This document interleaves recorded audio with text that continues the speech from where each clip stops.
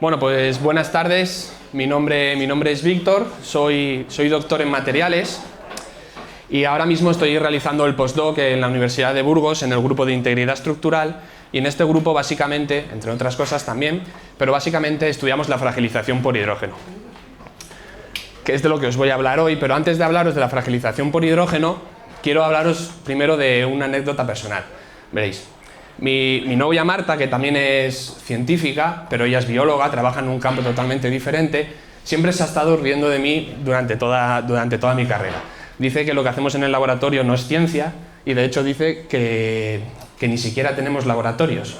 De hecho, yo, si os preguntara cómo os imagináis un laboratorio en el que se hace ciencia, seguramente, no os imaginéis nada como esto. Esto, pues como dice Marta, parece más bien un taller más que un laboratorio.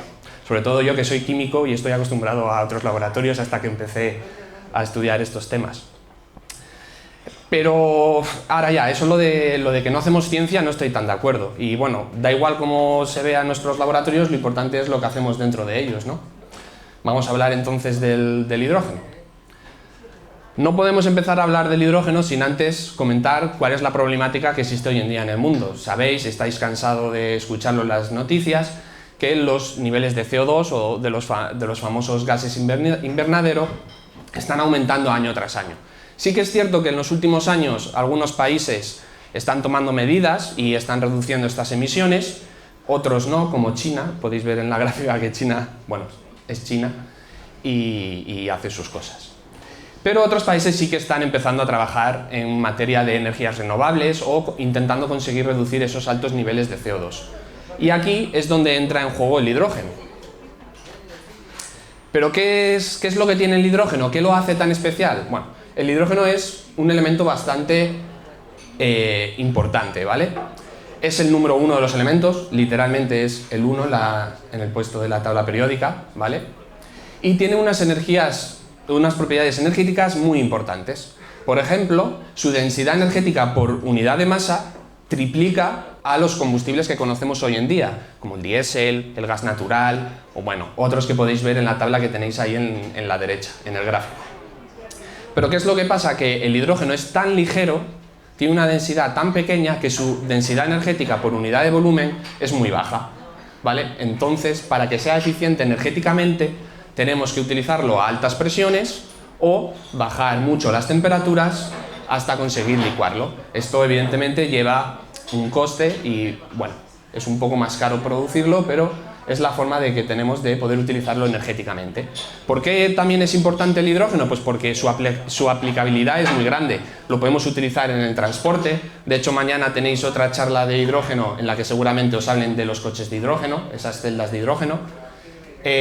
También se puede utilizar en la industria. En la síntesis el hidrógeno es muy importante, en la síntesis del amoníaco, por ejemplo, que se utilizan en los fertilizantes, y también en energía, en estaciones de carga, para almacenamiento, por estas propiedades que os estoy comentando. Pero existe también un pequeño problema con el hidrógeno, y es que en verdad en la naturaleza no lo podemos encontrar como tal. El hidrógeno sabéis que es un gas, pero ¿sabéis cuánto hidrógeno hay en el aire, por ejemplo? Sí, dijiste. ¿El qué? No, eso es el nitrógeno. De hidrógeno en el aire hay 0,00005%. O sea, no hay hidrógeno en el aire y no podemos cogerlo tal cual. ¿Dónde se encuentra el hidrógeno en la naturaleza? ¿Dónde lo podemos encontrar entonces? Pues unido a otros elementos, como en el agua o en el gas metano. Entonces, lo primero que tendríamos que hacer para utilizar hidrógeno es generarlo. ¿Cómo lo generamos? Pues bueno, la forma más barata, más rápida y que mayor rendimiento da es el reformado de gas natural. Esto supone el 99% de producción de hidrógeno en el mundo y simplemente es meter gas natural, mezclarlo con vapor de agua a alta temperatura y ya tendríamos el hidrógeno. Pero claro, si veis la reacción que tenéis ahí en la pantalla, también estamos obteniendo CO2 y estamos hablando de que queremos reducir los niveles de CO2. Este método no nos vale. Este método es, como dije, el más rápido y el más económico, pero no es el más limpio. Para obtener el famoso hidrógeno verde, del que se está hablando estos últimos años, lo que hay que hacer es la electrólisis del agua. Simplemente aplicamos carga al agua y conseguimos separar la molécula del agua en sus elementos, en hidrógeno y en oxígeno. Sí que es verdad que este método todavía es algo caro, pero bueno, la ciencia está avanzando y poco a poco conseguiremos que este método de obtención de hidrógeno sea la norma y no la excepción. Entonces, sabemos que el hidrógeno tiene muy buenas propiedades energéticas, sabemos cómo obtenerlo de forma limpia. Parece que ya está todo resuelto, ¿no? Pues no, todavía no. Existe otro problema con el hidrógeno, y es que cuando se mete en los materiales produce la famosa fragilización por hidrógeno. La fragilización por hidrógeno, como digo, el hidrógeno es tan pequeño que se mete en la microestructura de los materiales y una vez dentro puede provocar la descohesión de los átomos, o se puede combinar un hidrógeno con otro hidrógeno y formar hidrógeno gas y generar también esa presión y esa descohesión, formando microhuecos, y al final lo que hace es debilitar el material. ¿Siempre que tengamos un material en contacto con hidrógeno va a haber fragilización por hidrógeno? No. Para que exista la fragilización por hidrógeno tienen que existir tres cosas a la vez. Una microestructura, o sea, que el material sea susceptible, que existan tensiones y que haya una fuente de hidrógeno, evidentemente. ¿Cómo se ve esto traducido luego en los materiales? Pues ahí tenéis una gráfica de ensayos que nosotros hemos realizado en el laboratorio. Son unos ensayos de tracción que consisten en estirar el material, tirar de material hasta que se rompa, ¿vale? Entonces, la curva negra sería un ensayo realizado en ausencia de hidrógeno. Podéis ver que llega a una carga, la que sea, y tiene un alargamiento que es la que más se alarga. Las otras curvas, las que están en color, son de muestras ensayadas con hidrógeno. Esas muestras, como podéis ver, el alargamiento es mucho más pequeño, y ahí es donde se ve el efecto del hidrógeno, en las propiedades que tienen que ver con la ductilidad de los materiales, es decir, alargamiento, reducción de área, deformación. Hace que los materiales dejen de comportarse de forma dúctil y se comporten de forma más frágil. Vamos a ver un ejemplo. Creo que... no. Vale. Si tenemos todos estos problemas de fragilización, entonces ¿cómo hacemos para transportarlo? ¿Cómo lo hacemos que llegue de un lugar a otro? ¿Podemos utilizar la red de tuberías que ya existe? En verdad sí, y de hecho es el programa que se está llevando hoy en día en Europa. Se está intentando reutilizar la red de tuberías que existe para llevar gas metano a nuestras casas para llevar hidrógeno. De momento se está haciendo un blending que consiste en mezclar hidrógeno y gas natural, y al final se consigue la idea es que se llegue a un 100% de transporte de hidrógeno.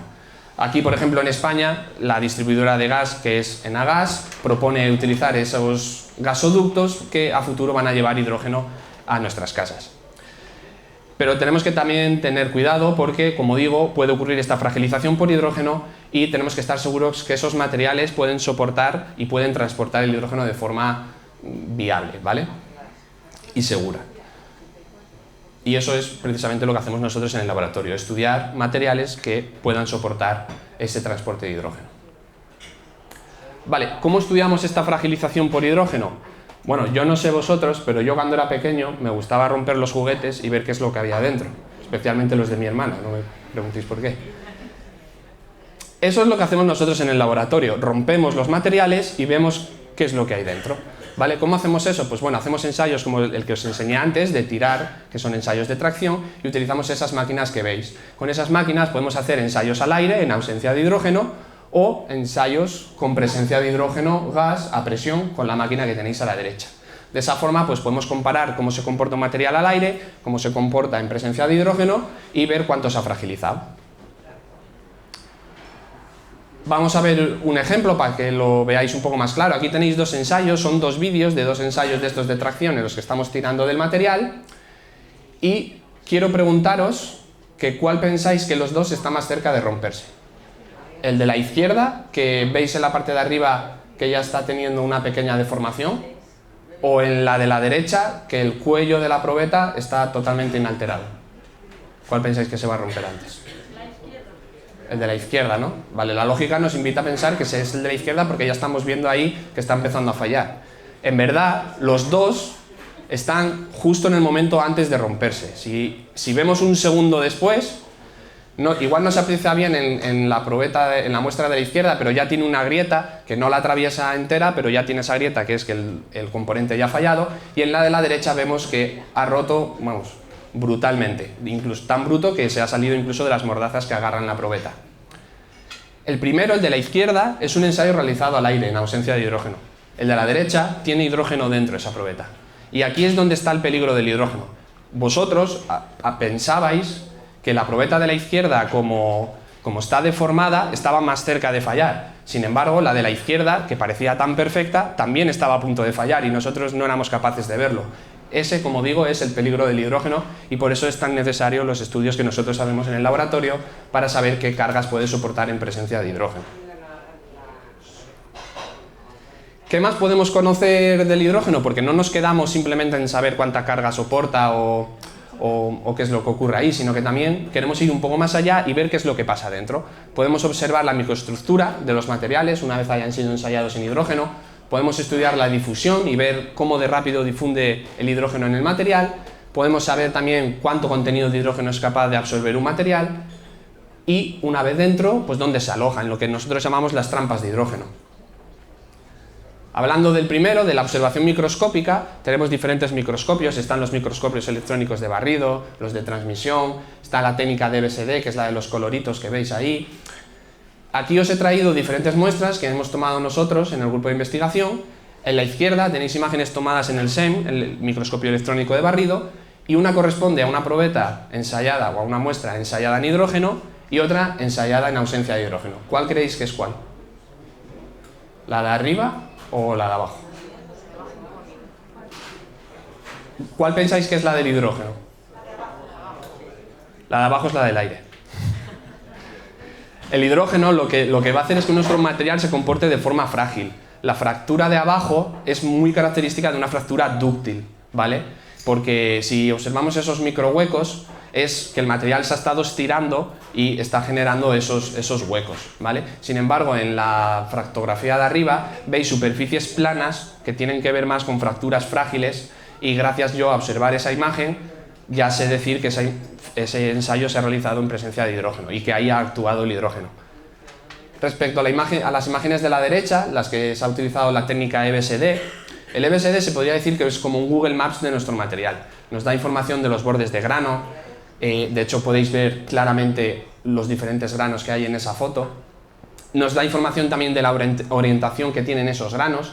En la imagen de arriba, cada color representa una orientación. Entonces yo, gracias a eso, si por ahí tuviera una grieta creciendo, sería capaz de saber qué orientación es más favorable para que esa grieta crezca y actuar. Cómo de rápido se mueve el hidrógeno en la microestructura del material, ¿vale? Para hacer esto, realizamos ensayos de permeación de hidrógeno. Ahí tenéis un esquema de lo que sería el dispositivo. En la parte izquierda lo que hacemos es generar hidrógeno aplicando una corriente eléctrica. En medio tenemos nuestro material y en la derecha detectamos el hidrógeno que atraviesa el material. Si el tiempo que tarda el hidrógeno en pasar por nuestro material es muy corto, ¿qué pensáis que es? ¿Bueno o malo? Por ahí dicen bueno, por aquí malo. Sería malo, porque, y me lo vais a responder vosotros, porque imaginar que yo estoy haciendo un contenedor para almacenar hidrógeno. Si ese hidrógeno se va a mover más rápido por ese material, se me va a escapar, ¿no? Entonces no voy a ser capaz de mantenerlo. Entonces, cuanto más lento vaya el hidrógeno en el material, mejor, ¿vale? Porque además así evito que pueda moverse por la microestructura y llegue a puntos débiles. Vale, ¿y cuáles son estos materiales lentos? Pues me lo vais a decir vosotros también. Nosotros en el laboratorio sobre todo trabajamos con aceros, ¿vale? Los aceros son aleaciones de hierro y carbono y resumiéndolo mucho, su organización atómica se puede dividir en celdas BCC, que tendríamos la ferrita, o celdas FCC, que tendríamos la austenita. Viendo las celdas de BCC y FCC, ¿por cuál creéis que el hidrógeno va más rápido? ¿O sería más fácil moverse? ¿La BCC, decís? Exacto, por la BCC, como podéis ver, está menos empaquetada, entonces el hidrógeno tiene mayor facilidad para correr por esa celda. Entonces los aceros ferríticos a priori serían malos para actuar contra la fragilización por hidrógeno y los austeníticos serían aceros buenos. De hecho, esto es así, los aceros austeníticos son los que mejor se comportan frente al hidrógeno. Pues ya está, hacemos una tubería de kilómetros y kilómetros de austenita, ¿vale? De un acero austenítico. Hacemos también contenedores de austenita y ya está, todo solucionado. No entiendo por qué sigues investigando sobre este tema, ¿no? No es tan fácil. No es tan fácil porque al final los aceros austeníticos tienen menor resistencia mecánica que los aceros ferríticos. Y hemos dicho antes que el hidrógeno, para utilizarlo energéticamente, tiene que ir a elevadas presiones. Entonces, un acero austenítico igual no podría soportar esas tensiones que generaría el hidrógeno, entonces no nos valdría. Tendríamos que hacer tuberías muy gordas o contenedores muy gordos, con lo que supone un gasto al hacer el material. ¿Qué es lo que hacemos entonces? Pues algo intermedio. Podemos tener un acero ferrítico que le metemos un recubrimiento de austenita, podemos tener aceros que tengan las dos fases, que tenga ferrita y austenita, como se dirían los aceros duples. Existen diferentes estrategias para trabajar con esto. Por último, y a mí lo que más me gusta de la fragilización por hidrógeno, está el análisis de las trampas de hidrógeno. Digo que es lo que más me gusta porque creo que como investigadores es donde más podemos aportar. Vale, ya sabéis que el hidrógeno es muy pequeño, se mete en la microestructura de los materiales y puede difundir a través de ella, pero también se puede quedar atrapado en diferentes singularidades de la microestructura, como los defectos, huecos, precipitados, bordes de grano, etc. Estos defectos o estas singularidades en la microestructura lo que hacen es retardar la difusión del hidrógeno o directamente frenarla. Y esto evita que el hidrógeno llegue a la zona de fallo y fragilice el material, como podéis ver en el esquema que tenemos ahí. Sé que el esquema puede resultar un poco abstracto y es difícil de entender, así que vamos a hacer un ejercicio mental. Vamos a dejar los laboratorios y nos vamos a ir a la Edad Media. Y vamos a imaginar que tenemos un castillo, ¿vale? El castillo es nuestro material. Y lo tenemos que defender del ejército enemigo. El ejército enemigo es el hidrógeno. Si yo a mi castillo no le meto ninguna defensa, el hidrógeno, el ejército enemigo, va a llegar a ese castillo y lo va a tirar abajo. Ahora, si yo a mi castillo le pongo un foso, le pongo una muralla, le pongo una puerta, pues a ese ejército, a ese hidrógeno, le va a costar más llegar al castillo y le va a costar más derribar o destruir el material. Esa puerta, esa muralla, ese foso son nuestras trampas de hidrógeno, ¿vale?